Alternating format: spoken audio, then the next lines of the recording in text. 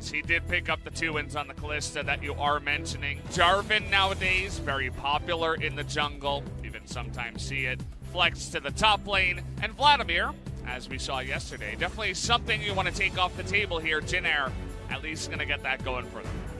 I see the very early Lissandra from Kingzone. LeBlanc available, and it's a favorite of pawns, but unfortunately, because of the matchup, seems like they're going to go for the safer setup champion and some more of that utility. Probably not going to help the DPM numbers on Lissandra here for pawn. Action on to Jin Air, the Zoe, the usual answer to a Lissandra. Banned away. It's going to be the Corki that's evolving as an answer more and more. My issue with Corki, as I kind of noted in the Griffin series earlier this week, you see the win rate, you pointed that one out about is 0-5.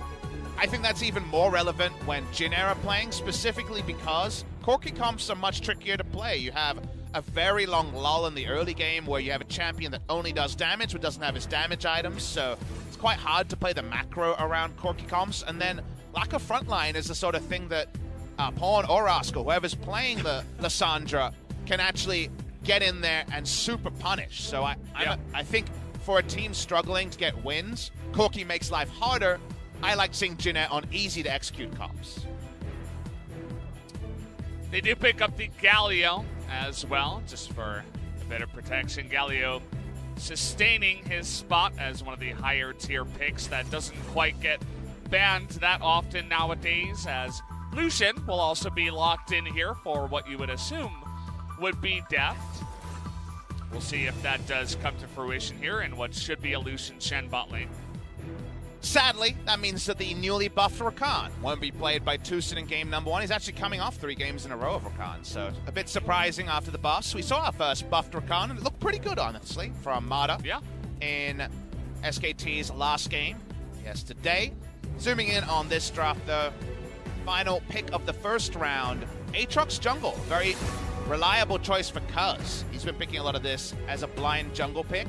This could be Lindarang's champion, could be Caesar's champion. We'll wait and see. It'll be Aatrox first round here. So even after all the changes, Aatrox, pretty permanent part of picks and bans in Korea as late as week 8 of the season. It's funny, you can't seem to get rid of him. That ult just has so much value in many different ways, and once you get to that late game, you get the good flash engage. All of a sudden, you know, doesn't matter what nerfs he's eaten, if he can do that kind of play, he still will find value, and he's great at, you know, sitting in the jungle and farming up as well. He's also just good at turret diving, whether he's in the lane or in the jungle. The moment he hits level 6, the turret dive is pretty reliable. So I like Cuzz not having access to it, because it's one of the few ways you can actually interact with a Corki, because usually he's ultra safe in that particular scenario. But it seems like they're going to go with the fact that Lindarang is the Korea Aatrox player on the side of Jin Air. Not convinced it's going to be a jungle pick, Kingzone DragonX, so the Nocturne ban will come out. Means that Cuzz might be visiting Rek'Sai, as that has been a pick he's gone to before, and he has been preferring early spike junglers. Think of Cuzz, and I think Gragas, Zac, Rek'Sai, these sort of picks I think of. With him, double jungle ban sent out to Jin Air. When you see a Corki, you're expecting some more tanky members, because double 80 carry is usually enough damage on the side to scale into. So far, the tank jungle pool has taken one big hit. That's what Jin Air want to prefer here, and where they'll keep their counter pick for, because we think we're waiting for 80 carry, but also the jungle. Saw a lot of Tristana bans yesterday, actually. Nobody seemingly wanting anybody to get that pick, as it can kind of push back and push the lane, as a Tristana does. Hey! Well, they're going to return to what works, right? You're going to go back onto the Yasuo, make the Gragas go into the jungle. Should mean that Rascal will be hopping onto the Lissandra top. Well, that is something. They're the only team that have actually played Lissandra top this season, as far as I can remember. Since the Casper Cup started, there's been very little Lissandra top, but Rascal's been one of the few that's been preferring it. Kingzone are going down the route that didn't work for KT Rolster yesterday, but did work, like you mentioned, for Kingzone. Let's see if they can just do more than just roll up to mid lane every time Flash or Cask is available on the Gragas. Definitely have that synergy, but it lasts the whole game. It's not actually time limited, as KT seemed to suggest. Jin Air does reinforce their early game by going for a Xin Zhao. But both these AD carries are going to take a lot of time. TaNa, even with press the attack, has a couple of moments early, but otherwise isn't going to be popping off too quickly. And we remain skeptical that Jin Air can actually stay competitive in the game till their Corki and TaNa have 3 items. They're going to need to sit back and not lose too much. Playing a lot of Corki and playing a lot of against Yasuo Gragas, it can be hard to dodge that cask with the Valkyrie, even if you're really quick. Just the radius of that cask will catch you, and that means that the Yasuo will be on top of you. Not the easiest to spec into a bunch of armor as well on the Corki, who could get a Hex Drinker if it's up against magic damage, but not the case when you're going up against Yasuo. And there's just no way to disengage Gragas Yasuo. Even if you have a couple of picks to think about it, you might get there, but it's tricky when you have no picks to think about it because it's the second round of picks together. It's becoming kind of a feared duo if you can shield the info. Early Gragas, early Yasuo, you're like, okay, this could happen. But when it's a late second round duo, I'm liking that on the blue side. It's a way to warp a draft because you have one pick to work out a pretty huge disengage problem. Like, do you just take a Bard and try to self-ult? Like, there's not a lot of interactivity about it, so I see a pretty squishy duo of DPS threats, and then Gragas Yasuo, and you worry for Jin Air Green Wings because the Glad Plane might be grounded once again. See if they can make it work here, jumping into match 69 of LCK Spring. Let's do it.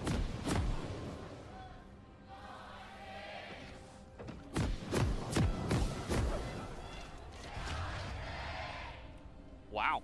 Jin Air fans, I was looking over, it's not parity with the Kingzone fans, but it's not that far away from parity. There's a lot of Jin Air fans in the audience today, and Kingzone as a squad, I feel like they're still a team that's ripe for a giant killing. They're still a team that may be up the top 5, but could lose to one of the lower place teams. And the fact that they play against all 4 bottom teams in the near future is a pretty relevant thing. Root actually started his Q just to be able to clear the ward and didn't. Pretty awkward, actually, that he went for that because the ability doesn't provide too much.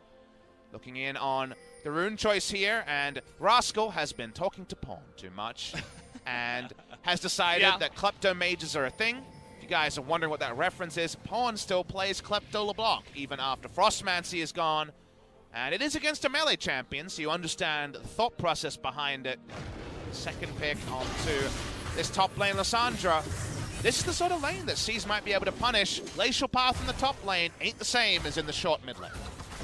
I mean, part of the reason why Lissandra is so safe is because you can take Aftershock and proc it super reliably, right? Especially up against a guy who's gonna want to just full-on engage you like an Aatrox, you know? So to just forego that is immense greed for sure. We'll see if it pays off in terms of actual gold, and hope he can actually, you know, dodge some of these deaths in this game. And I love that you mentioned that instant trade win button that is pressing W and getting Aftershock.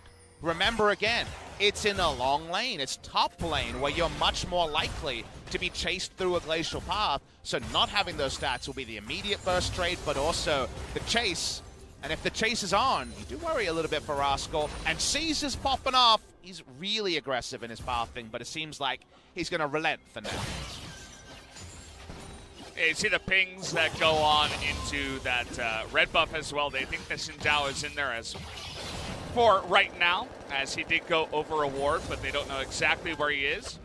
I like this. LCK total for Cuzz, 10-2 with a 9 KDA on the Gragas, making it work as one of his best picks here in Korea. That's why I noted him as a kind of Gragas aficionado, something that works with the Yasuo, but something he's stuck to.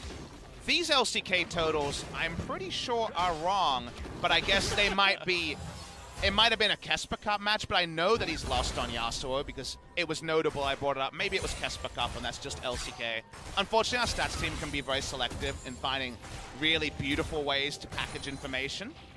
I'll confirm on the LCK numbers, but he has lost in Korea on this pick in recent memory.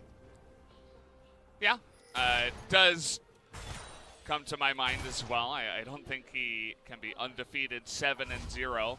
Feels like he's played a lot more Yasuo as well, so kind of an interesting one there. Okay, so it's 7-0, just LCK, but the Kesper Cup game, of course, was the last one. We just left that one out because it doesn't fit our narrative. Yeah. Well, that's not fair, but Pawn will get away with it thanks to the stats team. We're also ignoring 2 years on EDG, but... Yeah. As, oh boy, Root, wrong time to try to face tech the brush as the Ignite comes in. The last bullet to the head as down goes to Tristana. First blood goes to Deft. Nicely done there. The coordination happens. We saw C set up for a gank that didn't happen. Gank happens around Cuzz and sees himself. It's around top side. Put down, goes to Poro there, I believe. Just navigating around. There's a red Ghost Poro. Sees himself around Pawn. And no, that is actually a blue Ghost Poro. So I believe that's information to the side of King Zone. It can be very hard to check. There's a red ward down, but it is a blue Ghost Poro as far as I know. In the pixel brush in the top river, yes. Correct. As Cuzz snuck on in. Not much analysis about that. He was going to place the ward. It was the wrong timing. Cuzz was already there, and he met his maker. Who made Tristana? Do we know anything about Tristana's parentage? I don't follow the lore. I didn't think he'd be one of those guys. But as you can see, if you're Lissandra and you don't have Aftershock, people actually do damage to you. Who would have thought? And actually, Aatrox has the double whammy of also having healing reduction for the ultimate. So that's not even a Aftershock-esque move. Interesting.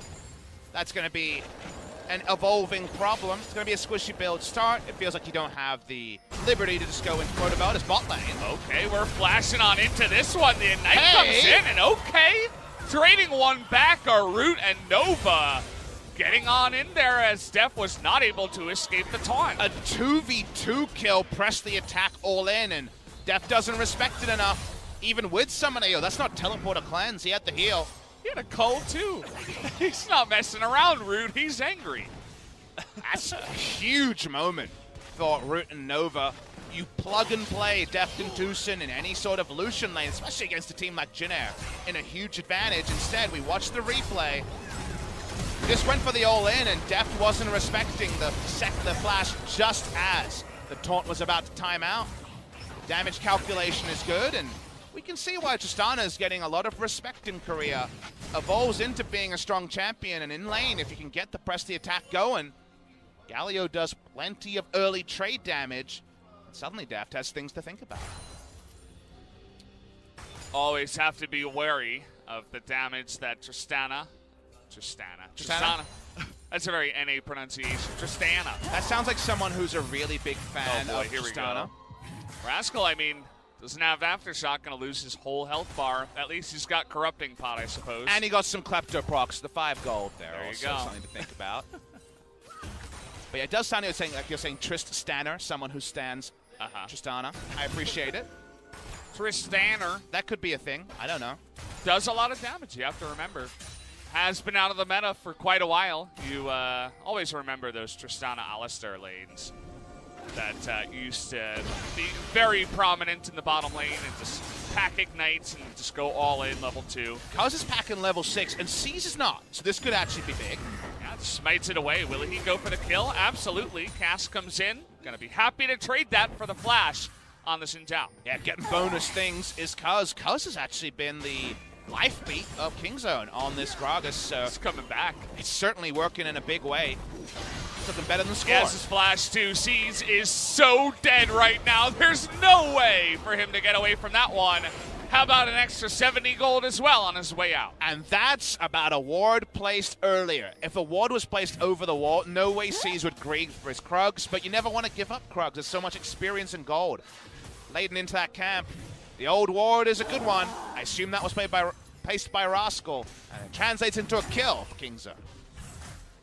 Maybe our observers can do the next level and give us the replay of who put down that ward. Sadly, it's not a VOD review, otherwise I'd zoom it back and work out who did it. Who should get the credit. Don't you have that power? To be fair, the SPOTV observers, who are the observers who came over to Riot Games, were the ones who found that famous ward last year. Remember that game we were casting where a ward won them the game? Yeah. And we had the sleuthing done. Hopefully Sherlock Holmes SPOTV observers are on the case here now at Riot Games. Just gotta think about the timing of when the ward was placed. You know, rewind and see who put it down. I feel like wards are, what, like 80 seconds this early into the game? I know they got nerfed a few times. They're pretty short. It's changed a bunch of times, and trinkets and old wards and stuff. I can't even remember at this point. Riot actually kind of rescued the word trinket for me, because you know how there's some names that just feel like that only old people have that name? For example, Agatha and Bertha. Yeah. It feels like trinket was just a word you use for a gadget that, you know, no one says anymore. Trinkets. I have a lot of trinkets in my house. Well, you didn't play World of Warcraft. I didn't play World of Warcraft, so go. maybe the cool kids were saying it. But in my world, that didn't happen. And now it's said multiple times every game. So trinkets are back. Reclaimed by Riot Games and I guess Blizzard. Yeah. You know, been in my vocabulary for a long time. There were item that you could put on your character, as Nova is going to dash in the face of danger, and he should be scared as 3 people are going to easily take him out. And that should be the free Ocean Drake as well. Or not Ocean, Cloud, going over to the side of King's. It just feels like 9 people are running around the Rift, and Cuzz is ahead of everyone. He's the 200 IQ player. Everywhere he has gone, he's had the Midas touch. Things have turned to gold. 100% kill participation, only 3 of them, but just visibly watching him chase people out, blow flashes, everything has come together for Cuzz, and maybe someone other than Deft is going to pile on a respect ban when you play Kingzone DragonX. And you think about Pawn, who has that 7-0 win rate on the Yasuo, at least in LCK, and with how good Gragas is for Cuzz, why not, you know? Just go ahead and play Yasuo every single time alongside of that Gragas jungle. It's found to do a lot of success in the past, and they found a way to get it here in this pick ban. So no vision of Cuzz to play starts. So Nova just went for Seek Hero, Kill Hero, but I want to talk about what the river looked like. They had no information of anything anywhere. Yeah. They knew literally nothing, and he went all in with the Justice Punch. I think if you can just taunt someone in melee range, it's fine. He had his flash open, I believe, and of course would have had Justice Punch to flash Justice Punch. To just zoom in there is a next level disrespect. Maybe you can pull that off in a scrim, but I think that was pretty poor from Nova. That's the sort of thing where, you know, as the Jin-Air coaching staff, you never really had the biggest amount of options because, of course, you had a lot of losses to look at. That's a play where you're like, no, like that's actually not all right. That's the sort of play that should get you subbed out. If Coach Papa was in the booth. Oh boy, here we go once again. They make it look so easy, as even a Tristana with flash doesn't flash on time. It doesn't respect the engage from TusiN, and another mistake means a kill goes the way of Kingzone. And Coach Papa would note there that Root and Nova were disconnected. Root was out clearing wards when that happened, so the duo lane there as a duo rather than any individuals has to be called into question. Lack of synergy being shown, and that was after a really nice 2v2 kill earlier. That's what you call inconsistency. You know, they have the mechanics, they have the ability, but sometimes the decision-making is not quite there. I call it bad, actually, Valdez. Call it bad. I don't call it. Well, it's bad. It's bad sometimes and good sometimes. That's inconsistency. I know. But inconsistency, of course, has the whole, like, the vision of the good stuff and the bad stuff. But unfortunately, well, I'm just going to zoom in on bad. Yeah, they lean to the bad side for sure.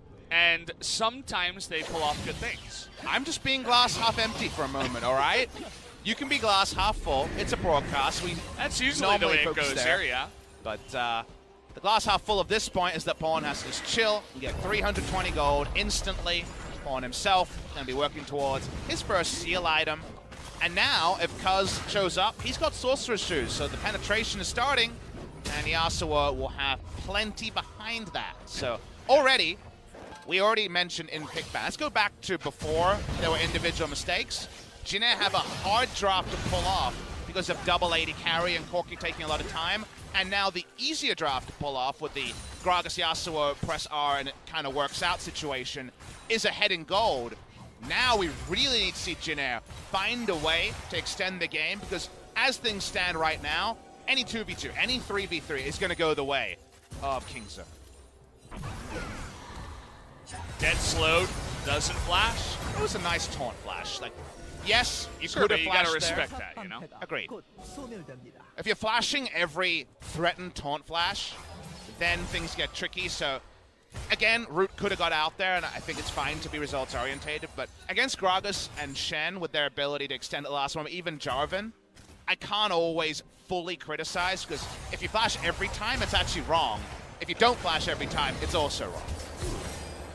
Grace, the one shining light so far on this Jin Air team, steals the Rift Scuttler and is going even with the Yasuo in the mid lane. So props to him, showing that he doesn't only play the Syndra and is finding success on other champs. And Lindarang has also been emboldened to go pretty aggressive build. Youmu's not seen so much on Aatrox in Korea, but will be rushed in this game with the Merc Treads because he knows he's doing damage and lethality feels good. The reason you don't go Youmu's usually is because you have to deal with all the flat armor and MR that Aftershock provides. No flat armor and MR means happy to go the penetration route as 640 gold in plates compared to 0. That's a nice advantage. Cuzz just shows his face, and Grace has to respect that, so he backs away. Mid-turret already going the way here, trying to bait this one in as Nova is disengaging. Who's coming? Here. It's your boys. Yeah, they're both on top of each other. I thought it was only Yasuo, actually. Everybody's getting on in here. The taunt in the bottom side. Z's is going to go down. There's that cast. No follow-up, as Last Breath is already going to be used here. And the follow-up here from Jin Air is going to push Kingzone away, so that at the end they only get that one kill on TusiN. If we're always going to praise the big plays with your R buttons on Yasuo Gragas, that one was actually super disconnected from the side of Kingzone. It was a body slam opening to save the ultimate, but Yasuo took the ult on one person, so when you hold on to the cast to use it for CC, there was no Yasuo, so it was actually no threat when the Gragas ult went out, so they should have held on to Last Breath till after they saw some flashes, then launched up with the cast, but instead they spam the R button, it doesn't work, and Kingzone only really exit with the Mountain Drake. Get the one kill as the dive comes in here with the help of everybody else. But if you watch this, it's just body slam flash onto one. They get it onto the Gragas, and the cask is held onto. That cask could have been cast into Yasuo ult on Root, and given that Root lived on 300 health, he would have died. So I think they could have played that differently. But they're able to zoom in. Like you mentioned, they did get the Xin Zhao kill throughout all of it, and got the Mountain Drake to begin. But that could have been Yasuo kill involvement that for now is 0-0-0. Yeah, you know, he uses it on the one tank that had an Aftershock. I mean, he's not really a tank. He is the support Galio, but very tanky with that rune. So obviously not going to be able to output enough damage to get that kill. Nova even keeps his flash after that one, so wasn't scared in the least. Back in my day, a support couldn't have 70-70 resists and 500 health at bonus health at 16 minutes, so tank support was what we called it when they didn't have any items. Now they have Aftershock and the health, so yeah, you get to be tanks on a budget, and Galio has damage reduction as well. And tanky enough to shrug off just the critical strike being completed so far from the Yasuo. These possibilities and more brought to you by Aftershock here in 2018. Did they sponsor us for a whole week? Have we worked out how long their sponsorship is for? I'm just, you know, showing off, so maybe some other sponsors can come in here. If you could choose one sponsor for the LCK, who would you choose? Like, what's the brand you really want? It could be just pure greed, like I love that drink, or some cool synergy you're seeing. I'm trying to think about that. I really like bread and pizza. Okay, I mean pizza sponsorship. Maybe like a pizza sponsorship. Which I one? like that. Give us. I'm not a huge fan of, you know, the chains and stuff. Okay, I mean, I'm one of those, you know, I'm an elitist you can't from be New York hipster City, and right? ask for a sponsor, then you don't get anything out of it. They don't have the money, Valdez. You're really bad at this brand thing. Can't we just get local pizzeria from New York City to sponsor the stream? Doesn't that mean something? No. We get good pizza, right? I mean, that's something. We had BBQ Oliver's. That was perfect. That was good, for sure. You couldn't come up with one pizza brand you can tolerate? They all suck. All the chains are bad. Spoken by Valdez. He is a real pizza hipster. I didn't know this, actually. I didn't know that you're... That's a pretty big hater statement, that none of the chains hold any value. I'm trying to think of, like, what is the best one. I don't know, maybe Pizza Hut? But that's not even real pizza. That's like, I don't know, hey, some kind of we abomination. might be sponsored. Don't say that out loud. That's true, actually. That, you know, somebody's going to play that clip when we're casting for the you know, 2021 Pizza Hut LCK. don't forget, Valdez, you and I are content creators now, so I know who's getting the call from Pizza Hut and who's not. Your stream ain't going to be presented by Pizza Hut anytime or soon. Or any of them, by the way, because I don't want any of them, Papa. I Wow. would rather Holy have crap. some You're other popping off, apparently. sponsor. Just none of those pizza chains. I'm okay with pretty much anything else. I like peanut butter, too. You get a Skippy sponsorship. That sounds good. I forget who the peanut butter brand is in Australia. We don't have Skippy. Skippy is actually, it has a lot of sugar. It's not very natural. I think we might have, does Kraft do peanut butter? I think we have Kraft in Australia. Kraft does macaroni and cheese. Yes, they do a lot of things. Okay. Well, guys, nothing's really happening in the game apart from Kingzone kind of boringly extending their lead. Don't worry, we'll curb the food talk when people look like dying. But for now, no dying. Just life. Yeah. Just life. He's not in this game, not playing today. Sadly, I like watching life. He's, of the rookies that have come in this year, he's like the rookie where you're like, you're not the finished article, but you're really good at engaging. Yeah. That's pretty cool. He's got potential, you know. You could see that he's a solid player. Going back to that word again, he is not inconsistent. He's quite consistent, actually, I would say, as one of the rookies, which can be hard if you're a new player. And he's also willing to go in. And that's not always interesting. As a new player, when you got Ruler and Cuvée and Fly and Peanut, right, brands. And yeah. extended names, being the one who often has to all in on Gragas is not easy. So, shout out to Life. We've been enjoying watching him play. Feels like an honest rookie compared to the dishonest rookies on Griffin, where it was like, how are you guys all top of the table? Yeah. Like, what's going on here? Whereas with Life, you're like, oh, you made a mistake. That makes sense. Who's that new rookie on Griffin? Kanavi? Kanavi yeah. and Cabby. I'm looking forward to him playing. A lot of talk about him. But, you know, it's kind of hard when you have that roster ahead of you. He's a jungle, right? Kanavi's the jungle, Cabby's the support. Yeah, yeah.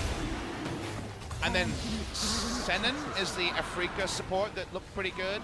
I forget his name. I get that mixed up with Kanavi and Cabby. Yeah, you're right, Senan.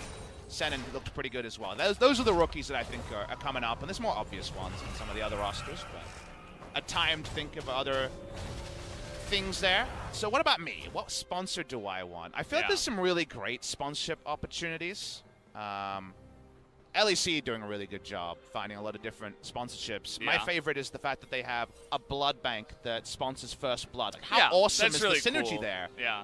Because normally you think, all right, how are we going to fit in the blood bank? But actually we have a thing we talk about every game that has amazing synergy there. So it sounded like we had a listen in there, but that was just, I believe, Yasuo chatting for a second there. You know he speaks a made-up language. You see that on Reddit? Really? Yeah.